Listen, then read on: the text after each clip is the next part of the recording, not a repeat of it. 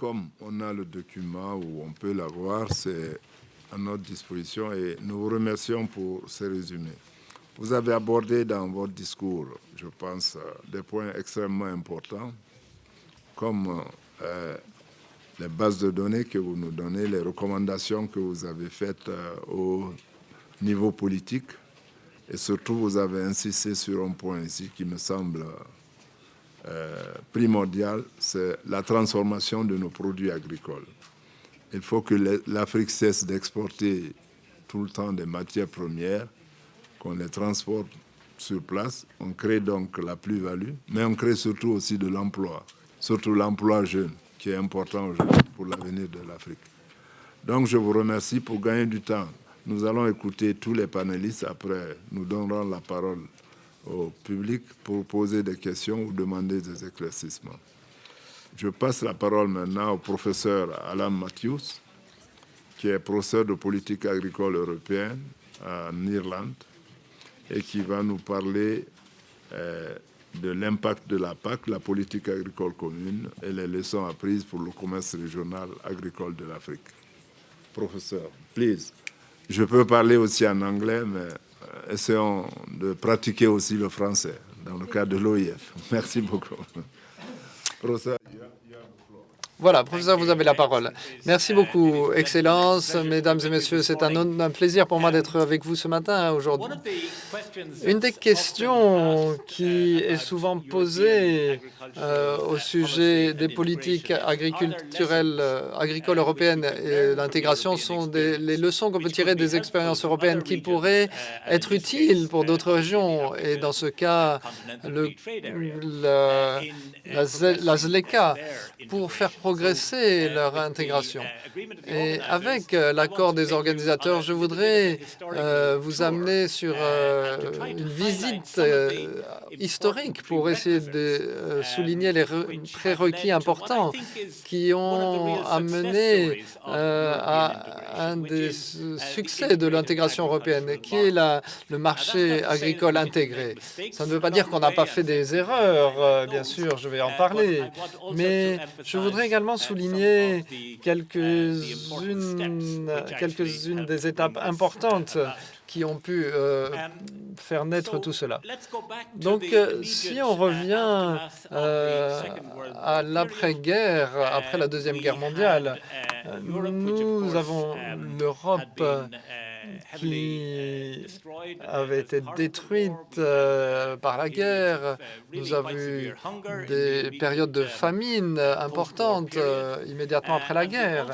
Et nous avions aussi des pays qui avaient adopté des politiques autonomes par rapport à la balance des paiements. Il y avait un manque d'échanges en Europe. Mais ils avaient également développé des politiques agricoles très différentes avec des pays qui avaient une approche de libre-échange comme le Danemark, les Pays-Bas, mais aussi des pays qui étaient très protectionnistes comme la France, l'Allemagne ou les pays de l'Europe du Sud. Donc nous avions un mix très différent de politiques nationales et très complexe. Au moins 6 pays se sont mis d'accord pour créer un marché commun européen. C'était la Communauté économique européenne, comme on l'appelait à l'époque. C'était basé sur le traité de Rome en 1958, qui a fixé l'objectif de l'établissement d'un marché commun. Cela impliquait une union douanière, plus qu'une zone de libre-échange, mais une union douanière, mais également la libre circulation des marchandises, des services, des capitaux, de la main-d'œuvre et l'introduction de politiques communes, surtout la concurrence, des politiques sur les aides publiques et bien sûr l'agriculture. Cette libéralisation des échanges agricoles entre les 6 pays au départ, mais après 27 pays, s'est déroulée dans le contexte d'une politique agricole commune, avec des principes qui ont été établis dès le départ, qui sont bien connus par les étudiants de ce domaine politique. L'unité du marché, tout d'abord, nous ne voulions pas avoir un marché intégré sans barrière au commerce, c'est ce que nous voulions. La préférence communautaire qui était définie à l'époque comme le fait de donner la priorité à la production agricole domestique.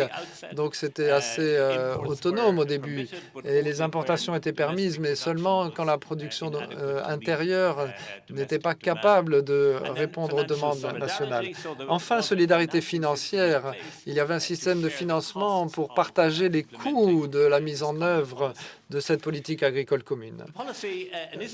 La politique a commencé avec un règlement en 1962 qui a appelé à l'introduction progressive d'un marché commun des céréales.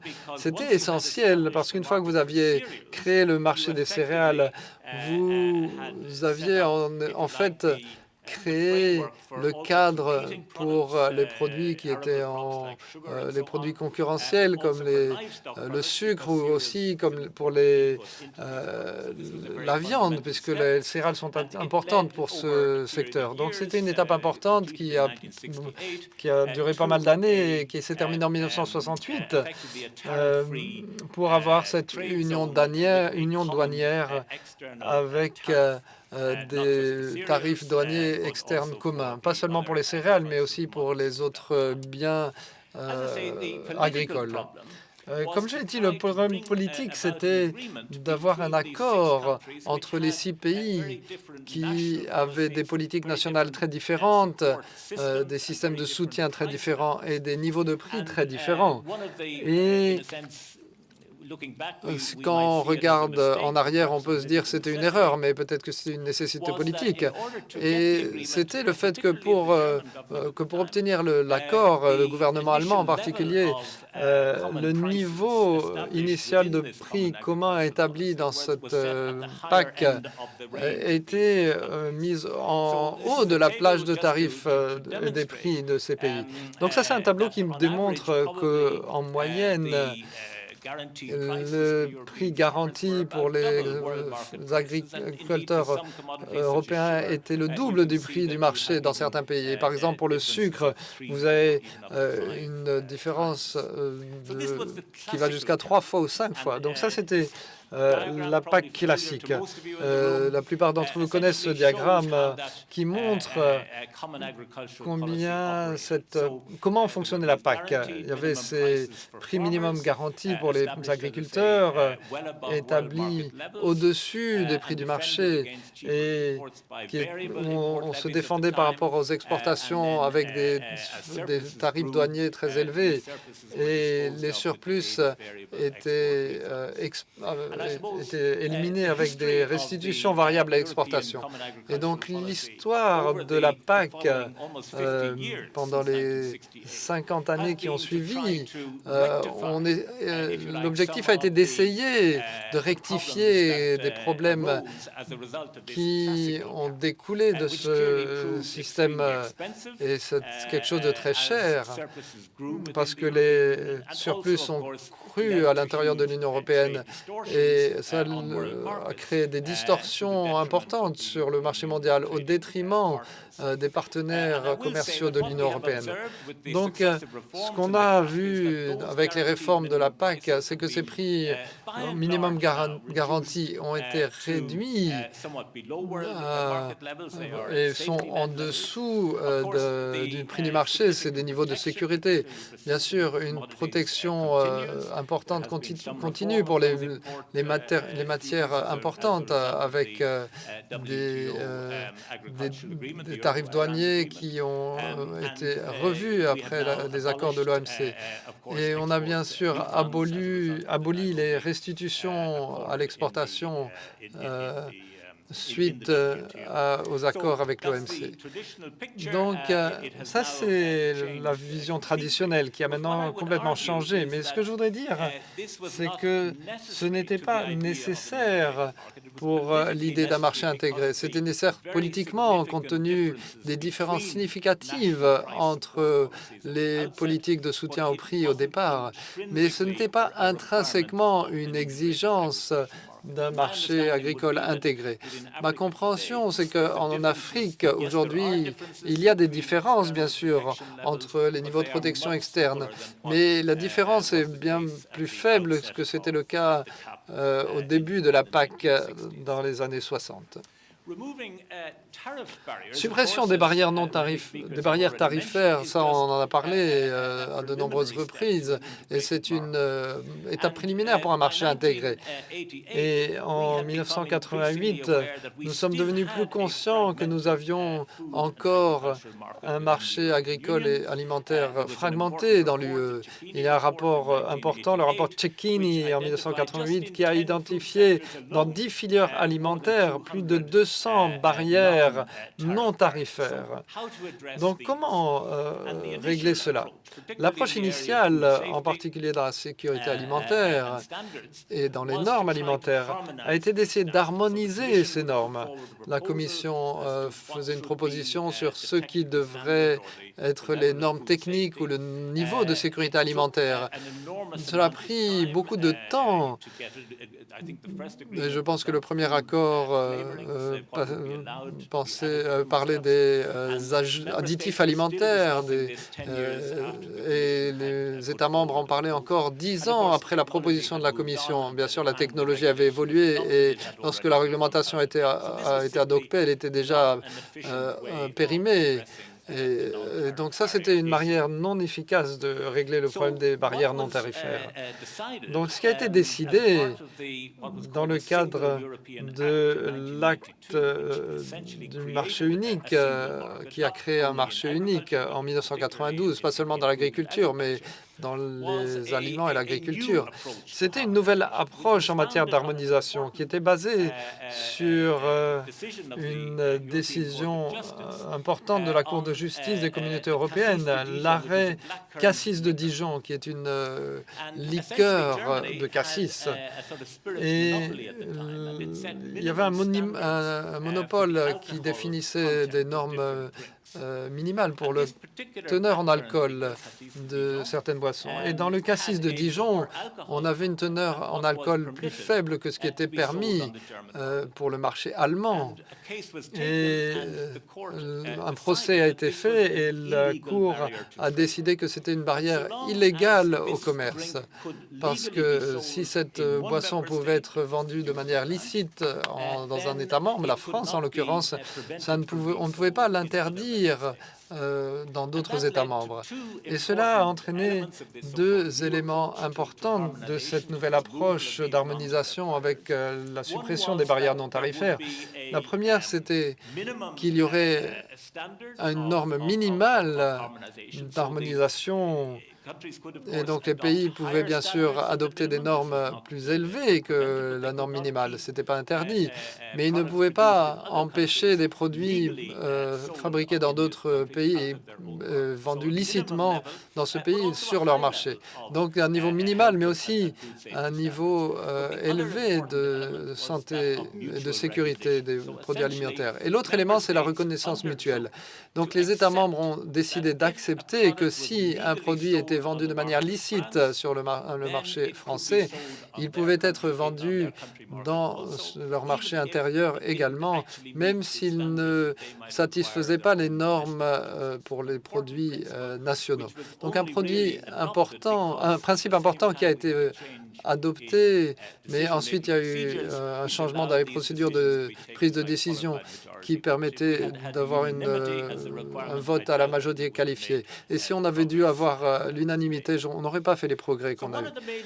Quelles sont les leçons qu'on peut tirer, les enseignements à tirer de l'expérience de l'UE? L'intégration économique, donc un espèce de marché unique dans les aliments et l'agriculture, nécessite un niveau niveau élevé d'intégration des politiques nationales. C'est ce qu'on a appris de l'UE. Et ça doit être soutenu par de la confiance. On doit avoir confiance en le fait que les autres pays mettent en œuvre les règles et que leurs produits satisfont aux normes minimales européennes. Et l'importance de cette question de confiance peut être démontrée dans les discussions concernant le Brexit et l'accord commercial qui pourra résulter du retrait du Royaume-Uni, où il est clair qu'il y a une préoccupation de la part des Européens que le Royaume-Uni pourra utiliser sa sortie pour adopter une espèce d'approche de Singapour qui va diminuer les exigences réglementaires dans certains domaines et qui leur donnera un avantage concurrentiel inéquitable dans le cadre d'un accord de libre-échange après le Brexit. Donc on peut voir qu'il y a une relation étroite entre la volonté d'un pays à ouvrir son marché, à faire du commerce avec les voisins et la confiance dans le niveau d'application intérieure des normes de sécurité alimentaire en particulier. Une deuxième leçon de l'intégration européenne et de l'expérience européenne, c'est que l'intégration régionale fixe des limites à la mise en œuvre des politiques agricoles nationales, en particulier dans les politiques d'intervention sur le marché. Si vous, pays A, essayez de maintenir des prix de soutien pour les agriculteurs avec des mécanismes d'intervention, par exemple, alors le pays B, dans leur accord de libre-échange, vous allez simplement attirer des importations des pays qui ont des prix plus bas. Et cela va vous dépasser, vous n'allez pas pouvoir gérer. Et donc, vous devez soit limiter vos politiques intérieures avec des soutiens au prix plutôt que des interventions sur le marché, ou vous devez aller à un niveau de l'Union par rapport aux politiques que vous faites pour avoir une politique commune. Ce n'est pas proposé dans le contexte africain. Donc, ça veut dire que il y aura cette discipline augmentée sur comment les pays africains peuvent mettre en œuvre les politiques agricoles intérieures dans une situation de zone de libre-échange. Donc, si vous avez en fait ces politiques supranationales, comme on l'a appris dans l'Union européenne, cela entraîne des problèmes politiques que l'on essaie encore de résoudre. Comment est-ce que vous avez une politique commune pour une agriculture qui est si différente dans une zone aussi grande que l'Union européenne? Les agriculteurs en Finlande, en Espagne ont des conditions très différentes. Comment avoir une politique unique? Et ça, c'est quelque chose qu'on essaye encore d'améliorer dans la réforme la plus récente que la Commission a proposée l'année dernière. Il y a dans votre dossier un chapitre qui essaie de parler de ces arguments, de ces enseignements qu'on peut tirer de l'expérience de l'UE en termes d'intégration agricole. Je voudrais ajouter une mise à jour. Et j'ai parlé du fait que la PAC classique avait été réformée de manière fondamentale, qu'il y avait eu une réduction significative, pas une élimination, mais une réduction significative dans les soutiens qui entraînaient une distorsion de la concurrence. Bien sûr, les agriculteurs européens ont toujours un soutien à leurs revenus dans des domaines des paiements. Et je sais qu'en Afrique, il y a une préoccupation que ces soutiens aux agriculteurs européens crée une distorsion de la concurrence et des échanges et entraîne des difficultés pour les producteurs africains. Ce n'est pas le thème de la discussion d'aujourd'hui, mais je voudrais attirer votre attention sur un rapport qui vous intéressera peut-être et que j'ai écrit récemment pour le Comité des régions, qui étudie cet impact de la PAC actuelle sur les pays qui se développent en agriculture. Et la plupart des études de cas sont basées basée sur l'Afrique occidentale, en particulier 3 chaînes de commodités, la poudre de lait, la viande de poulet et la pâte de tomate. Et notre conclusion est qu'il pouvait y avoir des preuves que la PAC, dans le cadre de la poudre de lait, a encouragé une augmentation de la production laitière au sein de l'Union européenne. C'est moins évident, ou ce n'est pas le cas vraiment dans le cas de la viande de poulet et de la pâte de tomate. Et que ce soit c'est vraiment un problème fondamental pour les... Est-ce que c'est vraiment un problème fondamental pour les pays africains? Ça, c'est une question. Il y a des problèmes d'approvisionnement en Afrique qui doivent être réglés. Et les effets potentiels sur le commerce des réformes ultérieures de la PAC qui sont souhaitables essaient d'utiliser ces subventions aux agriculteurs d'une manière plus efficace, avec la mise en œuvre d'une transition verte, pas seulement dans le secteur énergétique, mais aussi dans le secteur agricole. Et il y a une plus grande nécessité d'utiliser le soutien aux agriculteurs européens d'une manière plus efficace que ce qu'on le fait aujourd'hui. Et cela aidera certainement à régler les critiques que l'on fait encore de la PAC. Mais ce n'est pas vraiment la question du jour. J'espère que cette revue historique ait pu souligner les problèmes que les pays africains rencontreront quand ils vont continuer avec ce plan ambitieux de la ZLECA. Merci beaucoup. Merci beaucoup, professeur Matthews, thank you very much, pour votre exposé très brillant. Dont il faut tirer la leçon est qu'il ne faut pas que nous, en Afrique, nous répétons les erreurs commises en Europe en créant la zone de libre-échange. Vous avez fait l'historique de la politique agricole commune depuis la création, depuis la signature du traité de Rome jusqu'à maintenant. Vous avez insisté sur le fait qu'il est très, très difficile, et on le voit encore, d'harmoniser les politiques agricoles de chaque État pour créer un ensemble au niveau de 27. Au début, ils étaient 6, ils sont 27 si on compte le Brexit. Il y a 28, mais après le Brexit, il y aura 27. Donc, c'est extrêmement difficile. Donc, imaginez-vous maintenant qu'en Afrique, on a 55 États. Comment essayer d'harmoniser les politiques agricoles de ces États avec un but commun, c'est l'intégration africaine. Donc, nous avons encore beaucoup de travail devant nous au sein de l'Union africaine. Vous avez abordé un thème qui est très important actuellement, c'est la transition verte dans le secteur agricole. J'ai suivi hier à la télévision qu'un peu partout en Europe, des agriculteurs et farmers étaient en train de marcher à Bruxelles, mais aussi à Paris et en Allemagne, pour dire qu'on exige trop maintenant d'eux, donc des agriculteurs, parce qu'on veut interdire tout ce qui est insecticide et tout ce qui s'ensuit. Alors, je pense que ce thème aussi devient important en ce qui concerne la transition d'une technologie agricole actuelle vers une technologie agricole où on tient compte de la protection de l'environnement. C'est extrêmement important, et du changement climatique. Mais je ne vais pas trop commenter. Merci beaucoup, c'était un excellent exposé.